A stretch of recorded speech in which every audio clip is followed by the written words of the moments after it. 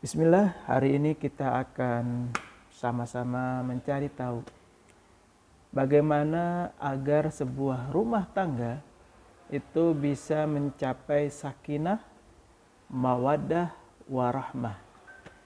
Bismillah, Assalamualaikum warahmatullahi wabarakatuh. Alhamdulillah, wassalatu wassalam ala rasulillah wa ala alihi wa sahbihi wa man walah. Amma ba'du. Berbicara tentang rumah tangga, maka kita tidak lagi berbicara atas nama pribadi, tapi kita sudah mulai memikirkan orang yang menjadi pasangan hidup kita. Dalam hal ini si istri dan si suami. Karena dalam rumah tangga tentu akan banyak ditemukan perbedaan-perbedaan. Si suami dengan karakter bawaannya, si istri dengan karakter bawaannya. Nah, tapi nggak usah hiraukan itu. Itu memang adanya seperti itu. Tapi jangan takut. Islam punya aturan yang mana ketika kedua makhluk Allah ini dipertemukan, disatukan dengan wadah yang namanya pernikahan, maka itu akan melebur. Maka itu akan menjadi sesuatu yang bukan masalah lagi, ya. Nah, ini berbeda ya, kalau ada orang yang masih mempermasalahkan, itu berbeda. Berbeda dalam sudut pandang. Ya, nah, tapi dalam hal ini saya ingin menyampaikan bahwa dengan karakter kedua pihak ini itu sebenarnya bukan masalah. Karena dalam Islam itu diatur. Diatur dengan detail, diatur dengan sangat sangat mudah lah. Tinggal masalahnya manusia itu mau atau tidak gitu kan. Diatur dengan Islam. Tinggal manusianya itu mau enggak ngikutin Islam. Itu doang sebenarnya masalahnya. Nah, ada beberapa hal yang bisa kita lakukan agar keluarga kita menjadi keluarga yang sakinah, mawaddah, warahmah.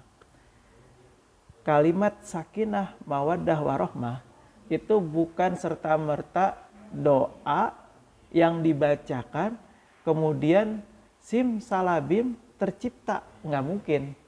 Ya. Enggak bisa, ya. Adapun doa itu sifatnya hanya menguatkan.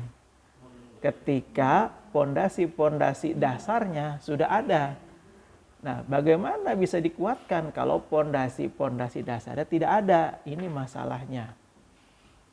Nah, agar sebuah rumah tangga mencapai sakinah, mawaddah, warahmah, ini yang pertama harus kita lakukan. Sebelumnya ini saya sampaikan dulu ya. Ini bukan kemudian saya yang menyampaikan lebih baik, bukan. Justru ini saya sampaikan sebagai pengingat buat saya dan buat orang-orang yang ingin keluarganya menjadi sakinah, mawaddah, rahmah. Ya. Jadi ini sekali lagi bukan kemudian saya yang menyampaikan sudah sakinah, mawaddah, warahmah, bukan. Tapi ini sebagai pengingat saja bahwa kalau ingin menciptakan keluarga yang sakinah, mawaddah, warahmah, paling tidak ini nih, panduannya seperti ini. Islam mengaturnya begini. Yang pertama, di dalam keluarga tersebut harus tumbuh yang namanya pondasi keimanan dan pondasi ketakwaan. Sebuah keluarga ketika di dalamnya tidak ada dasar iman yang kemudian berbuah ketaatan kepada Allah, berbuah ketakwaan kepada Allah, saya jamin keluarga itu tidak akan sampai pada masa di mana sakinah, mawaddah, warahmah. 100% saya jamin tidak akan bisa. Karena sakinah, mawaddah, warahmah itu mutlak dari Allah, dan untuk mendapatkan itu tidak lain dan tidak bukan kecuali dengan cara yang Allah kasih. Cara yang Allah beritahu. Apa? Ya ini. dari keluarga tersebut harus didasari dengan keimanan dan ketakwaan. Makanya kalau ada keluarga yang beda keimanan, ini sangat menyalahi. Tidak mungkin ada sakinah mawaddah di keluarga tersebut. Islam itu tidak membenarkan pernikahan beda agama. Tidak ada. Ya. Harus satu iman. Makanya dalam syarat pernikahan diantaranya adalah harus sekufu.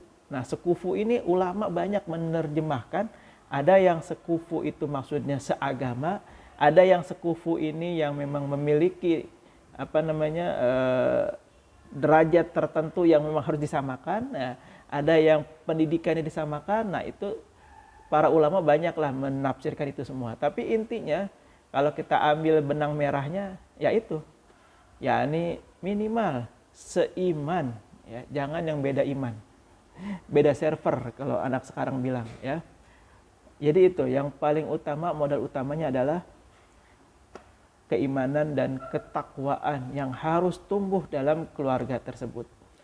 Logikanya begini.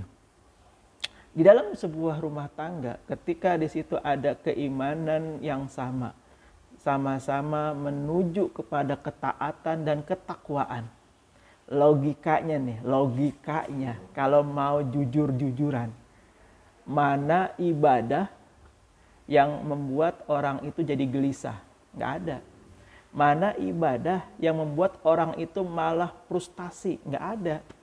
Mana ibadah yang membuat orang itu malah putus asa? Nggak ada. Atau ibadah yang menyebabkan orang itu tambah emosional, egoisnya meningkat? Ada nggak? Nggak ada. Nah, ketika dalam rumah tangga muncul sama-sama rasa ingin beribadah di sana, maka sakinah, mawaddah, warahmah ada dalam keluarga tersebut. Makanya salah satu sahabat saya di daerah Riau, dia seorang kepala KUA. Waktu kesempatan reuni lewat Zoom meeting zaman Covid, ini teman saya cerita begini. Permasalahan pernikahan yang paling berpotensi perceraian itu karena di salah satu keduanya, suami dan istri, itu ada yang lalai dari kewajiban kepada Allah Subhanahu wa taala. Contoh, yang satu sholat, yang satu enggak. Nah, ini potensi perceraian. Ada lagi, yang satu rajin ibadah, yang satu malas-malesan. Nah, udah. Kata teman saya itu salah satu potensi perceraian. Apalagi yang satu suka sesuatu yang mendekatkan kepada Allah, yang satu malah mendekatkan kepada hal-hal yang Allah murkai. Nah, ini juga sama nih.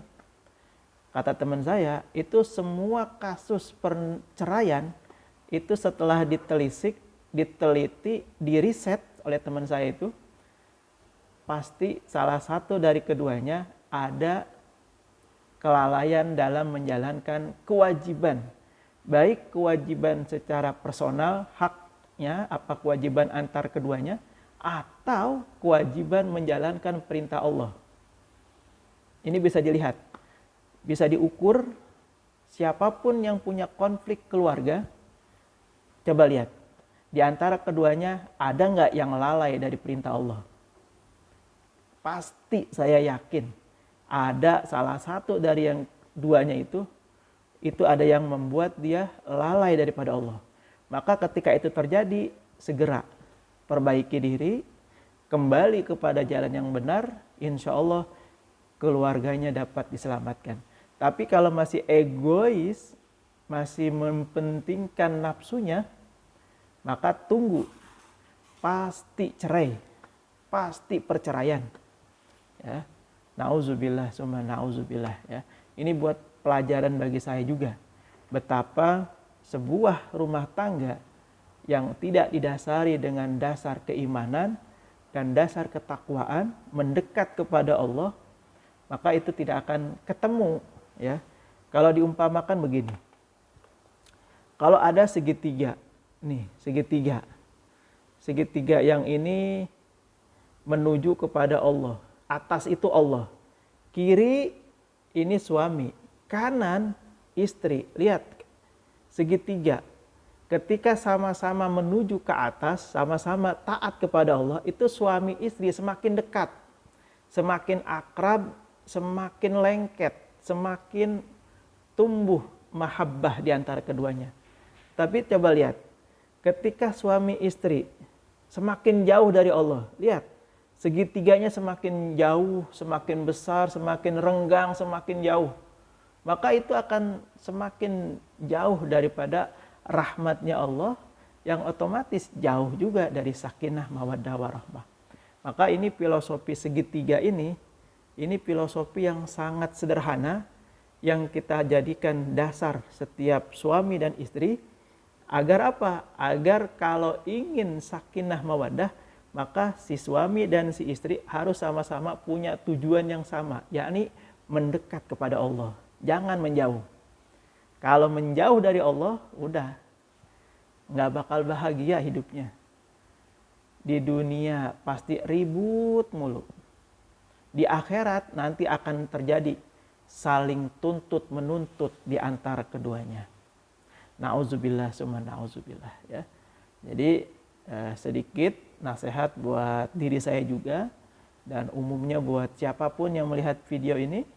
Mari jadikan keluarga kita keluarga yang mendekat kepada Allah, sehingga apapun yang dilakukan oleh si istri, yang dilakukan oleh si suami, itu akan membawa rahmat, ya, mengundang ridhonya Allah, dan semakin dekat kepada Allah, dan pasti kasih sayang antar keduanya akan semakin melekat. Ya, jadi kalau orang sama-sama niatnya ibadah, itu pasti deh akan ada kebaikan, akan ada kebaikan, akan ada kebaikan. Kenapa? Ibadah itu nggak ada yang bikin orang emosional, nggak ada. Ya, sekali lagi, ibadah itu pasti membawa kebaikan, membawa keberkahan. Begitu juga dalam rumah tangga. Allahu a'lam bishawab. Mudah-mudahan bermanfaat. Mohon maaf jika ada yang salah, mohon maaf jika ada yang kurang berkenan. Hadanallahu wa iyyakum ajmain. Assalamualaikum warahmatullahi wabarakatuh.